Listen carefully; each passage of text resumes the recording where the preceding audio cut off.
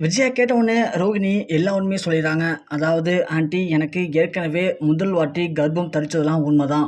அது ஒரு 2 நாள் வரைக்கும் தான் இருந்துச்சு. ஆனால் அந்த டைமிங்கில் மனோஜால் ஏற்பட்ட பிரச்சனை, மனோஜ் வந்து வீட்டை விட்டு வெளியில் போனது, அது எல்லாமே எனக்கு மிகப்பெரிய ஒரு டிப்ரெஷன் ஆக்கி அது மூலயமா அந்த கர்ப்பம் கலைஞ்சு போச்சு. நீங்கள் வேற ரொம்ப நாட்களாகவே எனக்கு எப்படியாவது குழந்தை பெற்றுக் கொடுங்க, குழந்தை பெற்றுக் கொடுங்கன்னு சொன்னீங்க.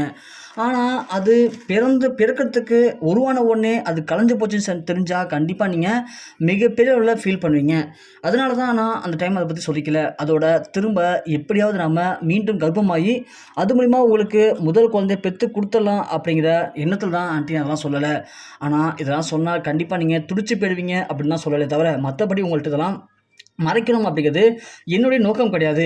ஆனால் இங்கே இருக்கிறவங்கலாம் அதெல்லாம் தெரிஞ்சுக்கிட்டு எப்படியாவது என்ன உங்ககிட்ட ஏதாவது குறை சொல்லி என்னை பழி வாங்கணும் அப்படிங்கிற மாதிரி சொல்லியிருக்காங்க.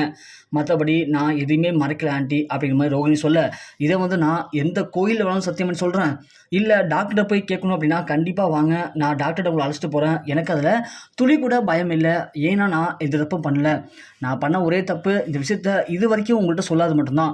இதை நான் பலமுறை உங்கள்கிட்ட சொல்ல ட்ரை பண்ணேன். ஆனால் அதுக்கான நேரம் தான் எனக்கு கிடைக்கல அப்படிங்கிற மாதிரி ரோகிணி சொல்ல, விஜயா உடனே பாருங்க, எல்லாரும் கேட்டுக்கோங்க, ரோகிணி வந்து இது தப்பு பண்ணவே இல்லை. ஏதோ நடந்திருக்கு, அதை சொல்லாமல் மறைச்சது தப்பு தான். ஆனால் அதுக்காக அவ என்னமோ தேச துரோகம் பண்ணுற மாதிரி எல்லாருமே கூடி கூடி பேசி அவளை கெட்டவ மாதிரி ட்ரீட் பண்ணுறீங்க. இது வந்து எனக்கு பிடிக்கல. இனிமேல் ரோகிணியை பற்றி யாராவது தேவலாம் பேசுனீங்க அப்படின்னா கண்டிப்பாக நான் சும்மா இருக்க மாட்டேன். மீனா, உனக்கும் தான் சொல்கிறேன், எப்போ பார் ரோகிணியை வம்புலுக்கு தான் உனக்கு வேலையாக இருக்குது.